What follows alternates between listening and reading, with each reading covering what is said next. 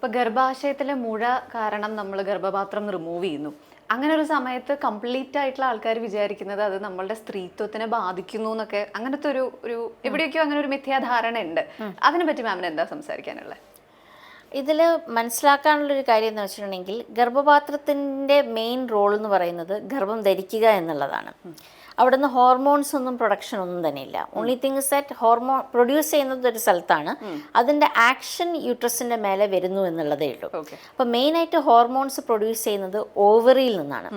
So നമ്മൾ ovary എടുത്തിട്ടില്ല എന്നുണ്ടെങ്കിൽ ഈ പറയുന്ന സ്ത്രീത്വം നഷ്ടപ്പെട്ടു പോവുകയോ അതേമാതിരി തന്നെ ലൈംഗിക ശേഷി നഷ്ടപ്പെട്ടു പോവുകയോ അങ്ങനെയൊന്നും സംഭവിക്കത്തില്ല.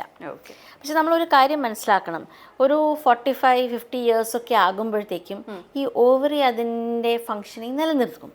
ദാറ്റ് ഈസ് ഒരു നോർമൽ ഫിസിയോളജിക്കൽ ഫിനോമിനനാണ്. അതിനാണ് നമ്മൾ മെനോപോസ് എന്ന് പറയുന്നത്, മെൻസസ് കംപ്ലീറ്റ് ആയിട്ട് നിന്ന് പോവുക എന്നുള്ളത്. So at A certain point of time ഈ ഹോർമോൺ പ്രൊഡക്ഷൻ എന്തായാലും നിൽക്കും. അപ്പം നമ്മൾ സപ്ലിമെൻറ്റ്സ് കൊടുത്തിട്ട് അതിനെ നമ്മൾ പഴയ ലൈഫ് സ്റ്റൈലിലേക്ക് നമ്മൾ കൊണ്ടുവരികയാണ് ചെയ്യുന്നത്.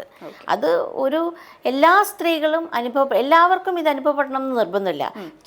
ചുരുക്കം ചില ആൾക്കാർക്ക് മാത്രമേ ഇത്തരം പ്രശ്നങ്ങൾ നമ്മൾ കണ്ടുവരാറുള്ളൂ. അതായത് ഒവേറിയൻ ഫങ്ഷൻ നിലയ്ക്കുന്ന സമയത്ത്.